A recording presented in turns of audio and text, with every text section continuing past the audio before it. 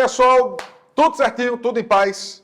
Olha só, hoje nós vamos falar a respeito da formação da sociedade brasileira. Nós vamos falar da chegada dos africanos aqui no Brasil.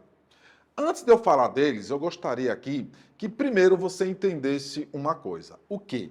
Veja bem, quando nós falamos de miscigenação, né, tem algumas palavras novas assim que a gente começa a debater na hora de exercícios, provas e tudo mais, da aula mesmo, a gente começa o quê, professor? A confundir as coisas. Para que isso não ocorra, eu gosto de esclarecer logo. Primeiro, você vai lembrar que miscigenação dá o quê, professor? A ideia de mistura, né? E a segunda coisa que eu queria colocar aqui para vocês é o quê? Veja bem, quando se fala a respeito, né, dos africanos, né, da chegada dos africanos aqui no Brasil, existe um contexto com relação a isso. O que é, professor? Primeira coisa que você vai lembrar. Quem era dono do Brasil? Vamos colocar assim. Quem era dono do Brasil antes da chegada dos portugueses? Os povos indígenas, os índios, né, professor? Exatamente. Ó, primeiro, Segundo, os portugueses chegaram. Então, os europeus chegaram. Então, quando colocam exercícios, questões falando a respeito disso, no primeiro momento, que não é uma questão nem racista, nem preconceituosa, a gente observa muito a questão da cor da pele. É, professor? É. Tratando-se principalmente do quê? Da miscigenação, da mistura. É como você pegasse cores e misturasse. Lembra quando, né, um tempo atrás, você misturava na aula de educação artística, que você misturava as cores? Não é assim? É. Então, isso caracteriza a formação da sociedade brasileira. Porém, o que eu quero colocar aqui para vocês é que a nossa matriz, mãe, né, matriz, né, base da sociedade brasileira, ela é formada de quem, professor? Do indígena, que já morava aqui, do português, que era denominado branco, né, professor? E do africano, que estava chegando agora, nesse ponto que nós vamos trabalhar aqui. Aí vem a pergunta, professor, por que os africanos vieram aqui para o Brasil? Falaram que eles eram escravos, tal, aquela coisa. Calma, veja bem. Quando o Brasil começou o processo de colonização, né, num primeiro momento, utilizou-se a mão de obra indígena, né? Os índios faziam escambo, pau-brasil. Professor, estou lembrado, está no vídeo passado, né? Exatamente. Só que é o seguinte, os índios, eles não se adaptaram, né? Os povos indígenas, que é o correto falar, eles não se adaptaram ao trabalho de plantar cana. Por quê, professor? Porque na sociedade, na cultura indígena, não era trabalho para os homens plantar cana. Se não era trabalho dos homens, eles se recusavam, né? Que eles eram preguiçosos, isso aí tudo né, professor? Balela, né? Muito pelo contrário, né? Os povos indígenas não são preguiçosos, né? Eles se recusaram a trabalhar na cana, porque era um trabalho que as mulheres faziam. Na sociedade indígena, né, a mulher faz o quê? Cuida da família, né, no caso ali da aldeia, ela faz o quê? Ela planta, não é isso? E ela faz mais o quê, professor? Ela cuida ao redor do quê? Da aldeia.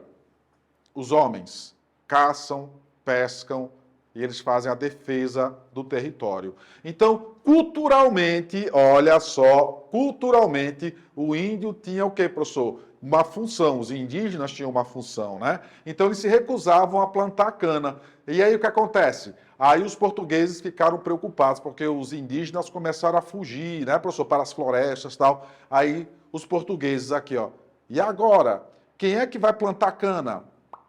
Danou-se, né, professor? Não. Aí eles pensaram o seguinte, já que nós não temos mais essa mão de obra indígena e a produção de cana começou a cair, a partir de 1530, quando começa o processo de colonização do Brasil, plantar cana-de-açúcar, aí tiveram a ideia, professor, quem teve a ideia?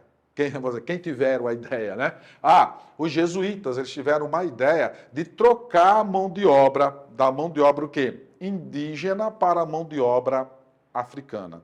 Então, eles viram que os africanos já eram escravizados lá na África. A gente pensa, eles eram livres lá, vieram... Não.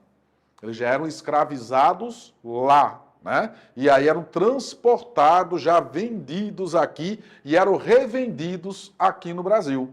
Ah, professor, quer dizer então que a partir deste momento, então, viu-se a necessidade de quê? Viu-se a necessidade de conseguir mão de obra. E atenção para o que eu vou falar. Os jesuítas, nessa época, eles começaram a fazer o quê? Eles começaram a, como que, entre aspas, traficar escravos. Jesuítas, franciscanos, né? Principalmente os franciscanos. Professor, o senhor está falando das ordens religiosas. Calma. Eu estou falando daquelas pessoas que utilizavam essas ordens religiosas para poder ganhar o quê? Dinheiro. Ah, professor, agora eu entendi. E aí eles começaram a fazer o quê? Eles começavam a negociar esses escravizados lá na África e trazer para revender aqui no Brasil como se fosse mercadoria. Só que aí o que aconteceu? A mão de obra africana aqui no Brasil, ela passou a ser a principal mão de obra para trabalhar na plantação da cana-de-açúcar. Quando você pega no livro, no caderno, na folha de exercícios, muito provavelmente você vai encontrar o nome plantation, né? Tem lá plantation, não é isso? Fala português, claro, né? O plantation, né? O plantation. E o que é que tem, professor? O plantation da cana-de-açúcar, ela se caracterizou pelos latifúndios. O que são latifúndios? Grandes propriedades, tá certo? A mão de obra era o que, professor? Escravizada. Primeiro indígena, né, professor? E depois o que mesmo? Africana. Pronto. Isso já na cana de quê, professor? De açúcar. Não esquecendo também que o plantation caracterizou-se pelo processo monocultor. O que é mono? Mono é um só produto que o governo português permitia que você plantasse aqui no Brasil, tá? Que foi até interesse dos holandeses, que é outro capítulo que nós vamos ver aqui também. E outra coisa, o sistema do plantation, da plantation, que você vai encontrar escrito aí, é o quê? Agro é agrário, né, professor? E exportador, ou seja, praticamente toda a produção ia para a Europa. Professor, tem uma curiosidade, que eu deixa eu perguntar aqui para o senhor. Por que que a nossa cana ela era tão valorizada assim lá na Europa? Porque lá na Europa tinha um açúcar que era feito de beterraba. Professor, açúcar de beterraba? Já viu aqueles docinhos que vem confeitado, aquelas maçãzinhas que é feita, aquelas bolinhas de queijo, né? Que faz assim, sei lá, um doce, né? Meio doce, meio salgado. É esquisito, né? Aí faz uma maçãzinha, né? Assim. Aí tem aquele açuquinha que ele é rosinha tal, né? Não é da Barbie, não, mas né? Rosinha tal. Aí o que tem, professor? Aquilo ali era o açúcar lá da Europa. Só que lá na Europa era vermelho mesmo, né, professor? Só que aquilo ali apodrecia muito rápido, né? Não podia pegar assim qualquer umidade e ele apodrecia. Tinham de cenoura também. Professor, horrível. E aí o que acontece? O da cana, ele demorava muito tempo. O da beterraba demorava 1 mês, 2 meses, mais ou menos, para apodrecer, para perder a validade, né? O de cenoura, a mesma coisa. Já o da cana-de-açúcar poderia demorar de 6 meses, olha a diferença, de 6 meses a 1 ano, se tivesse bem guardado, né? Porque lá na Europa neva, aí a neve derrete, aí tem umidade, aí até aquela coisa toda. E aí o que aconteceu, professor? Aconteceu o seguinte, que o plantio da cana-de-açúcar começou a ser efetivado pelos escravizados oriundos, que vinham da onde, professor? Da África, não é verdade? Então, os africanos começaram, né, professor, a trabalhar na produção de cana-de-açúcar.